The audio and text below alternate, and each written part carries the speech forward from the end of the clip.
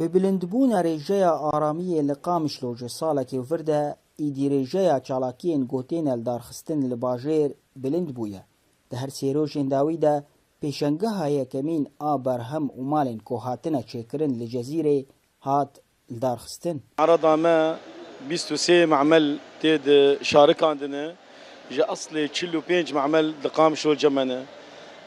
Hinek wedعî wan ne musاعد û muşarekê bikin û hinka jî wilo kêmayî xistin heqê xwe de û di heqê me de jî di vê meعredê de. Ev meعreda me gava got me vekir ji bo çi bû? Ji bo got millet giş zanibe inû min er. Rexmê ev hîsara ser me, rexmê got şerê li ceme heye, xortê me û milletê me kar dikin. Meamil piştî di vê şerê got çêbûye 22 معملê nehmet Qamişlo divekirin. Piraniya berhem û malên pêşkêşkirî, maddeyên paqijiyê, xwarin û şîranî, têl û keblên elektrîkê û hinek alavên ku di nav malê de têne karanîn. معمل مرطوية منتجات السرور جمنن بشش أنواع قسمك شيراني وقسمك توابل وزعتر. بالنسبة لقسم الشيراني تم مشاكل مادية لأن مواد أول يجيش ضمن باجيرن وتصريفها ويجي يخش الزبون ما سبقني مهنن.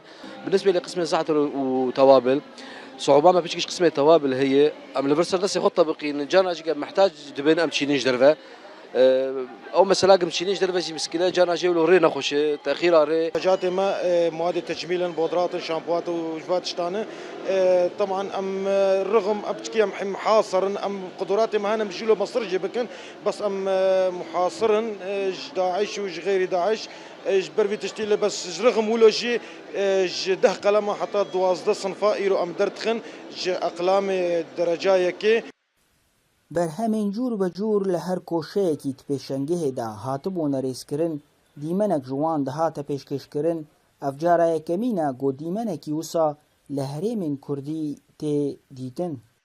أول جار معرض كولو القامشلي تشيدبه منتجات منطقية عرض كن ما نظاني بونو تشتكي ولو هي يعني تشتكي قلكي باش بو بيش ملت دكن إنه أفقيسة منتجات القامشلي تشيدبن وهاي كسكي جيتنية وإن شاء الله هين تشيتر ببه وبرتر ببن منتجات منطقية من ما بن بحاجتي جدربه.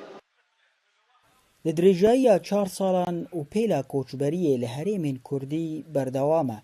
Ji bilî sedemên siyasî, rewşa aboriya xerab yek ji sedemên serekeya ji vê diyardeyê re. Lê avakirina fabrîka û sazkarayan dibe ku bibîne xaleke destpêkê ji bo çareserkirina vê pirsgirêkê. Can û Şakir, Orient News, Qamişlo.